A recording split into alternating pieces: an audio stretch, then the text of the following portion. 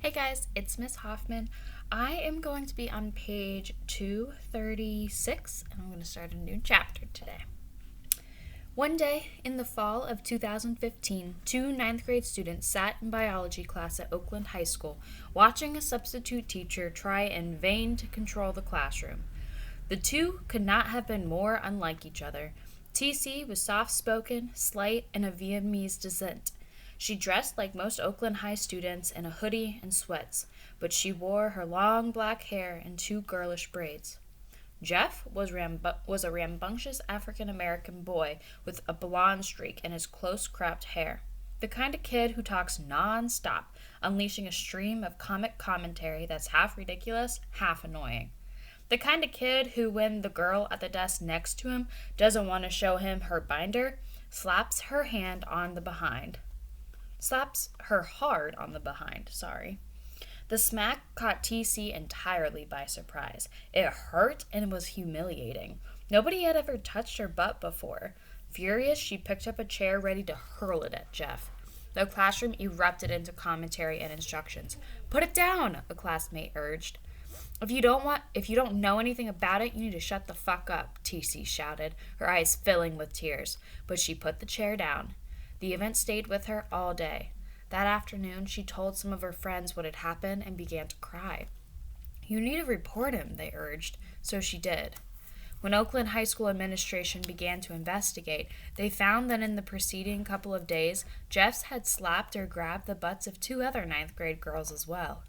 Sexual harassment is ground for suspension or expulsion, but keeping students from going to school is usually counterproductive, and suspensions have been shown to disproportionately target African American males. For that reason, many Oakland schools have been exploring a different approach to school discipline, restorative justice. Given a choice between traditional discipline, which would probably have meant Saturday school, and participating in a restorative justice circle with these three girls he touched, Jeff chose restorative justice. Still, he went into the process annoyed. He'd just been playing around. Why was everyone making such a big deal about it? It was like, "I'm going to go in there with a bunch of females and talk about something that's a week old," Jeff said later. Two of the girls, Jay and Pancha, had similar feelings. They'd been mad at the time, but whatever. It was history now. "I really wasn't traumatized about it," Pancha said. Schools are all about the rules. There are rules against sexual harassment, and those rules spell out what kind of conduct is prohibited and what the punishment should be. Restorative justice, on the other hand, is more interested in relationships. A crime, restorative justice advocates say, is not an act against a rule, it's an act against a person. When you harm somebody, you owe it to them to make things right. By making things right, you begin to heal your relationship with the community. Our system is focused on blame and punishment, and not on healing and learning, says Lauren Abramson, who founded the Community Conferencing Center in Baltimore, Maryland, one of the oldest and most widely respected restorative justice programs in the nation. There's a different way to deliver justice that's been proven in many cases to be more socially effective and more cost-effective. The Oakland High Circle started out silly. Nobody except TC and the two adult facilitators could stop joking around. But when the three girls started to talk about their feelings about being touched, things suddenly got serious. "Nobody minded playing around," the girls said, "but in this case, Jeff has crossed the line." In the end, the four students made an agreement to ask permission before touching each other, even in play, and then the whole thing was done. Over. More than over, actually. Now the four were friends.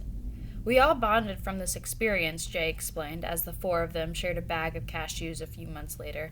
"It helped us get the feelings we had out, and we trust each other.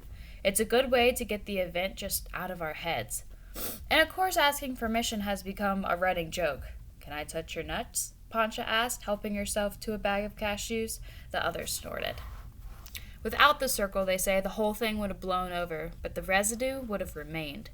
"I think it would still kind of be weird if we didn't do the restorative justice circle," TC said. "At least for me."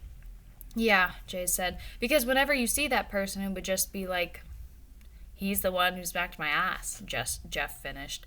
He and Pancha acted out running into each other in the grocery store sometime in the distant future.